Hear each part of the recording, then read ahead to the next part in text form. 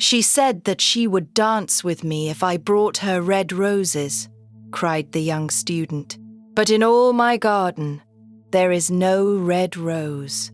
From her nest in the home oak tree, the nightingale heard him, and she looked out through the leaves and wondered.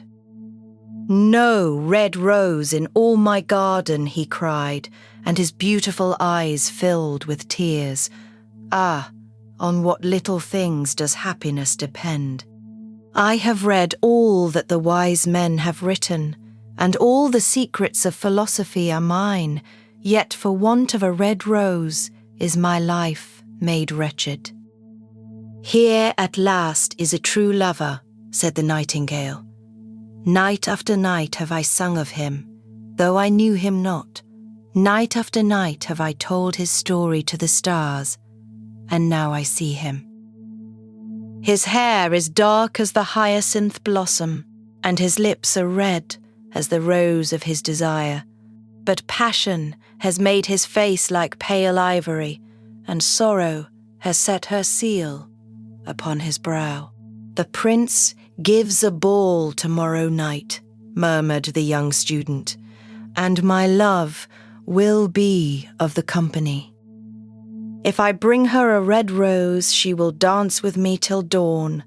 If I bring her a red rose, I shall hold her in my arms, and she will lean her head upon my shoulder, and her hand will be clasped in mine.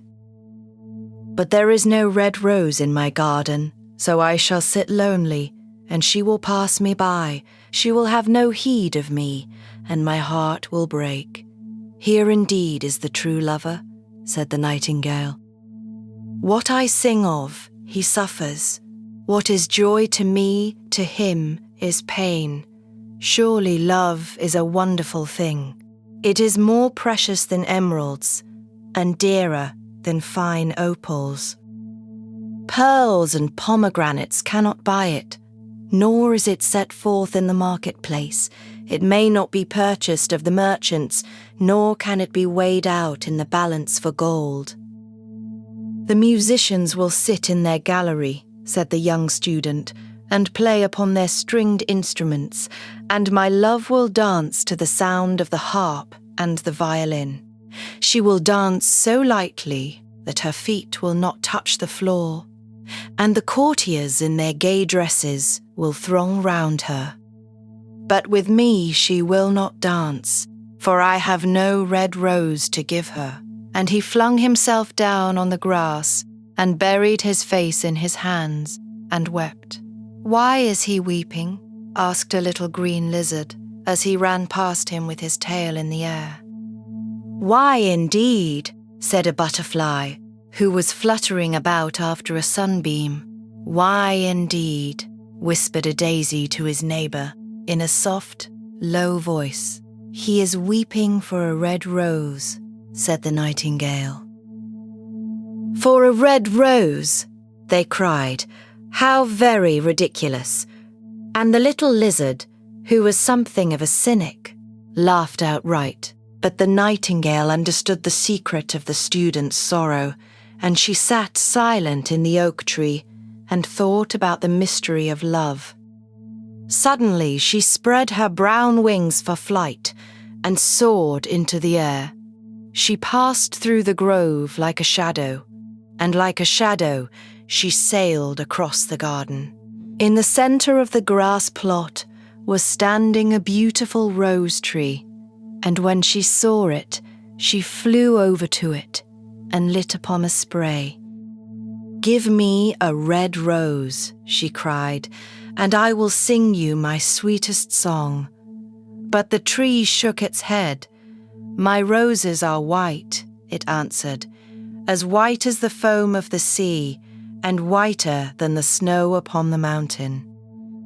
But go to my brother who grows round the old sundial, and perhaps he will give you what you want." So the nightingale flew over to the rose tree that was growing round the old sundial. "Give me a red rose," she cried, "and I will sing you my sweetest song." But the tree shook its head. My roses are yellow, it answered, as yellow as the hair of the mermaiden who sits upon an amber throne, and yellower than the daffodil that blooms in the meadow before the mower comes with his scythe. But go to my brother who grows beneath the student's window, and perhaps he will give you what you want. So the nightingale flew over to the rose tree that was growing beneath the student's window. Give me a red rose, she cried, and I will sing you my sweetest song. But the tree shook its head. My roses are red, it answered, as red as the feet of the dove, and redder than the great fans of coral that wave and wave in the ocean cavern. But the winter has chilled my veins, and the frost has nipped my buds, and the storm has broken my branches, and I shall have no roses at all this year. One red rose is all I want, cried the nightingale. Only one red rose. Is there no way by which I can get it? There is a way, answered the tree, but it is so terrible that I dare not tell it to you. Tell it to me, said the nightingale. I am not afraid. If you want a red rose, said the tree, you must build it out of music by moonlight, and stain it with your own heart's blood. You must sing to me with your breast against a thorn. All night long you must sing to me, and the thorn must pierce your heart, and your lifeblood must flow into my veins and become mine. Death is a great price to pay for a red rose, cried the nightingale, and life is very dear to all. It is pleasant to sit in the green wood, and to watch the sun in his chariot of gold, and the moon in her chariot of pearl. Sweet is the scent of the hawthorn, and sweet are the bluebells that hide in the valley, and the heather that blows on the hill. Yet love is better than life. And what is the heart of a bird compared to the heart of a man? So she spread her brown wings for flight, and soared into the air. She swept over the garden like a shadow, and like a shadow she sailed through the grove. The young student was still lying on the grass where she had left him, and the tears were not yet dry in his beautiful eyes. Be happy, cried the nightingale. Be happy, you shall have your red rose. I will build it out of music by moonlight, and stain it with my own heart's blood. All that I ask of you in return is that you will be a true lover, for love is wiser than philosophy, though she is wise, and mightier than power, though he is mighty. Flame-coloured are his wings, and coloured like flame is his body. His lips are sweet as honey, and his breath is like frankincense. The student looked up from the grass and listened, but he could not understand what the nightingale was saying to him, for he only knew the things that are written down in books. But the oak tree understood and felt sad, for he was very fond of the little nightingale who had built her nest in his branches.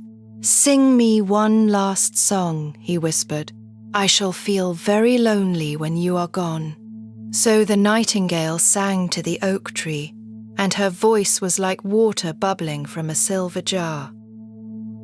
When she had finished her song, the student got up and pulled a notebook and a lead pencil out of his pocket. She has form, he said to himself, as he walked away through the grove. That cannot be denied to her. But has she got feeling? I am afraid not. In fact, she is like most artists. She is all style, without any sincerity. She would not sacrifice herself for others.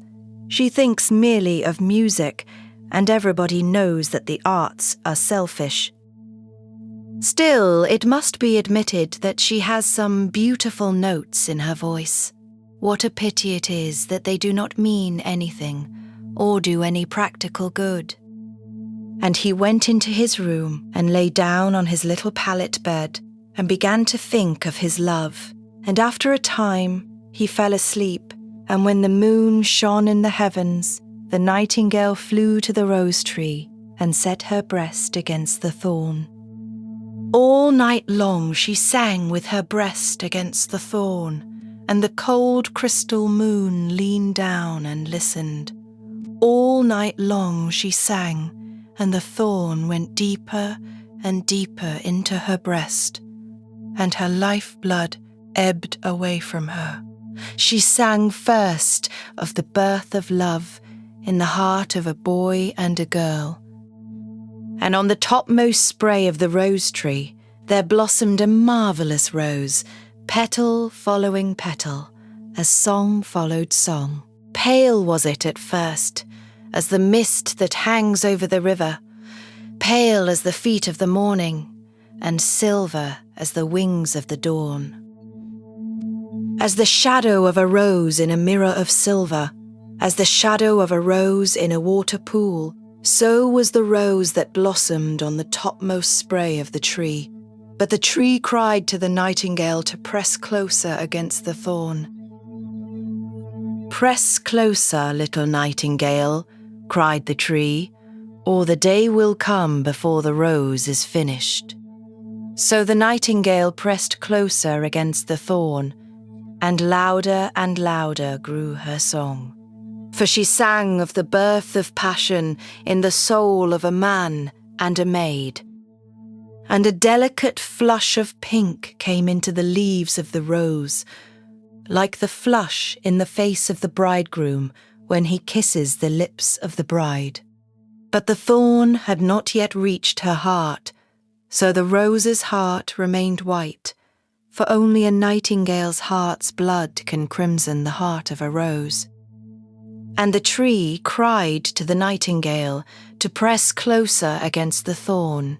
"Press closer, little nightingale," cried the tree, "or the day will come before the rose is finished."